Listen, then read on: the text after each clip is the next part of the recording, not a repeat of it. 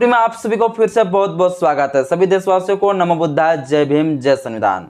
ब्राह्मण धर्म का सबसे पुराना धर्म ग्रंथ किताब जो वेद को कहा जाता है, जिस वेद के अनुसार से मनुस्मृति बना, रामचरितमानस बना, भागवत गीता बना, महाभारत बना, शिव पुराण बना, सब जो है जितना सारे धर्म ग्रंथ किताब है ब्राह्मण धर्म का, ये सभी धर्म ग्रंथ किताब जो है इन्हीं वेद से बना।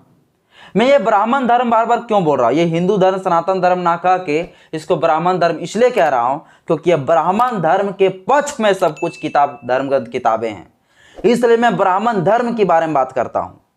तो आज ये वेद जो है, जिस वेद से ही जातीय भेदभाव उत्पन्न हुआ, इसी से वर्ण व्यवस्था उत्पन्न हुआ, इसी से इस देश का मूल निवासी को गुलाम बनाया गया, सबसे पहले अत्याचार किया गया, इसी से इस देश के मूल निवासियों को काम का निर्धारण किया गया कि उनका काम क्या रहेगा।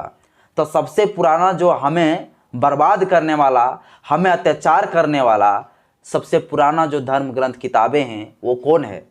वो है वेद। तो साथियों, क्या वेद हम लोग को नहीं जानना चाहिए? जिस वेद में लिखा गया है कि यदि शूद्र समाज के लोग यदि वेदों का ग्रहण करता है तो उसको आंख निकाल लिया जाए। वो कौन सा सूक्त में लिखा है वो भी बताऊंगा आपको। इसके बाद लिखा गया यदि वो सुनता है, अगर वेदों का मंत्रों का अगर सुनने का प्रयास करता है तो उनका कान में सीसा हुआ तेल डाल दी जाए, उबला हुआ तेल। इस प्रकार से जो है दंड के बारे में लिखा गया है इसी वेद में।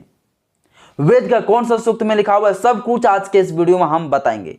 इससे पहले साथियों मैं आपसे अपील करता हूं, मेरे यूट्यूब चैनल में पहली बार आए तो चैनल को सब्सक्राइब करें, बेल आइकन ऑल पर प्रेस करें। हर वीडियो अच्छा लगे साथियों तो लाइक करने बिल्कुल भी ना भूलें, क्योंकि आपका लाइक ही मुझे मोटिवेट करता है।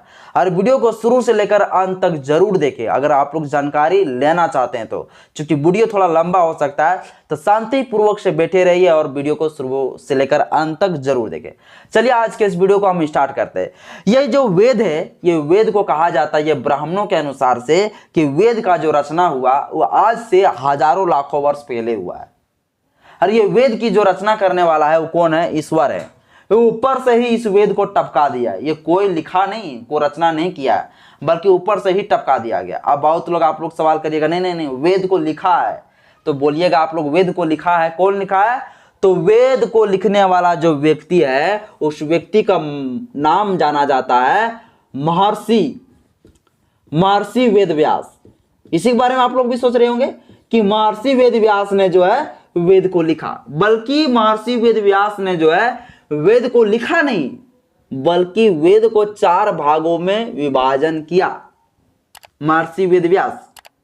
अब लिखने वाला कौन था? तो ईश्वर, ऊपर से टपकाने वाला कौन है? ईश्वर। चलिए बताते हैं। तो देखिए ये 4 वेद जो है, ऋग्वेद, सामवेद, यजुर्वेद, अथर्ववेद, ये 4 भागों में जो है महर्षि वेद व्यास ने विभाजन किया। सबसे पहला जो वेद है वो है ऋग्वेद। यह ऋग्वेद में अगर बोला जाए तो सबसे पवित्र वेद कहा गया है ऋग्वेद को, देवों का वेद कहा गया है ऋग्वेद को। इसी में देव का निर्माण हुआ है। भगवान किसे कहते हैं? देखिए ऋग्वेद जो है, ऋग्वेद में कुल अगर देखा जाए तो कुल मंडल जो है इसमें 10 मंडल है। इसमें अगर बोला जाए कुल सूक्त कितना है तो कुल सूक्त जो है 1028 सूक्त है। और 1000 इसमें मंत्र कितना है? मंत्र यही मंत्र है जिस मंत्र को पढ़ने पर जो है हमारे लोगों को जीभ काट लिए जाते थे, कान में सीसा हुआ तेल डाल दिया जाता था और आंख निकाल लिए जाते थे, यही मंत्र। ये मंत्र कितना है? तो 1462 को मंत्र है। समझ गए? ये 10 मंडल है और इसी 10 मंडल में से जो सूक्त है, सबसे पहला जो सूक्त है, सबसे पवित्र सूक्त जो है, जो पुरुषों के बारे में बात करता है, वो है पुरुष सूक्त। पुरुष सूक्त। इस पुरुष सूक्त में कहा गया, ये पुरुष सूक्त के बारे में जानना बहुत ज्यादा जरूरी, क्योंकि यही पुरुष सूक्त में लिखा गया है कि कान में तेल डाल देना चाहिए, आंख निकाल लेना चाहिए, जीभ काट लेना चाहिए। इसी में लिखा गया है, इसी में पुरुष सूक्त में। ये 1000 जो 28 सूक्त है, इसी 1028 सूक्त में से जो एक सूक्त है पुरुष सूक्त, इसी में लिखा गया। यह पुरुष सूक्त जो है, इस पुरुष सूक्त में लिखा गया सबसे पहले क्या? पहले समझिए, यहां पुरुषों के बारे में पूरा वर्णन किया गया है कि इसमें पुरुष कौन है, इसमें देव कौन पुरुष को कहा गया है। तो इसमें यह चीज लिखा गया है कि एक जो है ना, इसमें कहा गया है, इसी में वर्ण व्यवस्था भी है। यहीं से पता चलता है वर्ण व्यवस्था के बारे में। वर्ण व्यवस्था कैसे बनता है, देखिए इसमें कहा गया है कि एक ब्रह्मा है, ब्रह्मा, ठीक ना, एक ब्रह्मा है। ये जो ब्रह्मा है, ब्रह्मा भगवान, समझ रहे हैं ना, ये ब्राह्मणों के अनुसार से ब्रह्मा भगवान, ये जो ब्रह्मा है, यही ब्रह्मा के मुंह से जो है 4 ठो जो है वर्ण पैदा हुआ। सबसे पहले क्या पैदा हुआ, तो ब्राह्मण, ब्राह्मण बना। फिर क्या बना, तो क्षत्रिय बना। फिर क्या बना, तो फिर भैया बना वैश्य। फिर क्या, तो फिर चौथा में शूद्र। समझ गए, ये शूद्र। तो ये ब्रह्मा के मुंह से ब्राह्मण, उसके जो ब्रह्मा के जो बाजू था उनसे क्षत्रिय, इसका जो पेट था उनसे वैश्य, अब इसका जो पैर था ब्रह्मा भगवान का, है ना, उनसे हुआ शूद्र पैदा। समझ गए। आप एक बात बताइए, आप एक सवाल जरूर उठता होगा कि ब्रह्मा ने पूरा सृष्टि को बनाया, तो ये ब्रह्मा जो है, ब्रह्मा का पैदा कैसे हुआ? ये तो सवाल उठता है ना भाई, कि ब्रह्मा का पैदा कैसे हुआ? ब्रह्मा ने इन लोगों को पैदा कर दिया। बड़ा ही अजब सा टेक्नोलॉजी था कि मुंह से बच्चा पैदा कर रहे थे। क्षत्रिय जो है बाजू से पैदा कर दिए, वैश्य जो है अपना पेट से पैदा कर दिए। अरे भैया, पेट से पैदा कौन करता है? महिला लोग, स्त्री लोग। ये तो पुरुष होकर पेट से पैदा करने लगा, मुंह से पैदा करने लगा। क्षत्रिय से पैदा, क्षत्रिय जो है बाजू से पैदा करने लगा। शूद्र जो है पेट से पैदा हो गया। एक चीज आप लोग जरूर देखते होंगे कि ब्रह्मा जी को जो बोला जाता है, ये उसका 4 गो इधर माथा है, एक इधर भी मुंह है, एक इधर भी है, एक इधर भी, चारों। अगर उनको पैदा ही करना था भैया, अगर मुंह से, अगर उनको सबके लिए बराबर ही रखना था, तो ब्रह्मा वो जो भगवान है, जब भगवान वो खुद है भगवान, सोच रहे हैं, खुद वो भगवान है, तो उन्होंने भेदभाव इससे क्यों पैदा किया? किसी को पैर से पैदा क्यों किया? चारों मुंह से पैदा कर दिया होता, क्योंकि 4 गो मुंह है, 4 गो माथा है भाई।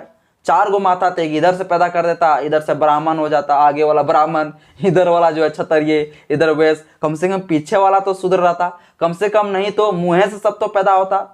अब कोई पैर से पैदा हो गया, कोई वैश्य से पैदा हो गया, कोई क्षत्रिय से, कोई ब्राह्मण से। अजब सा टेक्नोलॉजी है भाई।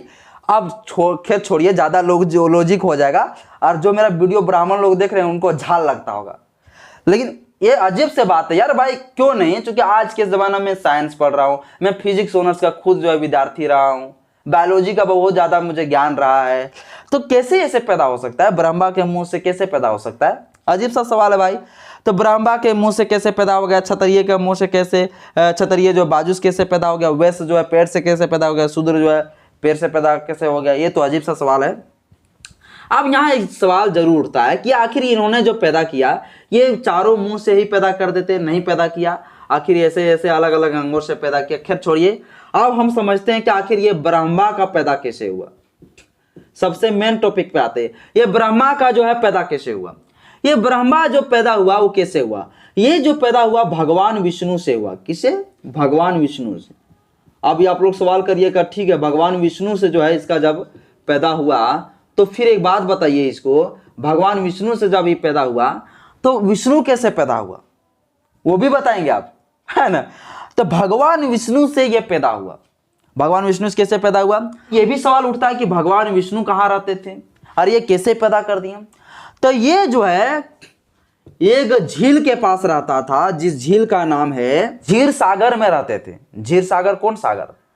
भगवान विष्णु जो है क्षीर सागर में रहते थे। कौन सागर? क्षीर सागर, ध्यान रखिएगा, क्षीर सागर में रहते थे वो। क्षीर सागर किसे कहा गया? क्षीर सागर उन्हीं को कहते हैं जो कहा जाता है कि शिव जी के जटा से गंगा निकला और उसी से जो नदी बहा उसको कहा गया क्षीर सागर। क्या कहा गया? क्षीर सागर। इस क्षीर सागर को वर्तमान समय में हम लोग पढ़ते हैं मानसरोवर झील। कौन झील? मानसरोवर झील। मानसरोवर झील। ये मानसरोवर झील कहां पे है? तो ये तिब्बत में पड़ता है, तिब्बत में पड़ता है। यहीं पे जो है कौन रहते थे? ये भगवान विष्णु रहते थे। और यही भगवान विष्णु का जो निभु जो होता है, उस निभु से जो है एक कमल का फूल निकला और उसी कमल के फूल से जो है ब्रह्मा का जन्म हो गया। सोचिए क्या पाखंडियों ने इस तरह से रचा किस प्रकार से जो है अंधविश्वास पाखंडवाद में रचा पूरा इन धर्म ग्रंथ किताबों को। सोचिए कि मतलब जो है क्षीर सागर में रहता था भगवान विष्णु, और उसके जो है नींबू से कमल का फूल निकला, और कमल के फूल से पैदा हो गया कौन? ब्रह्मा।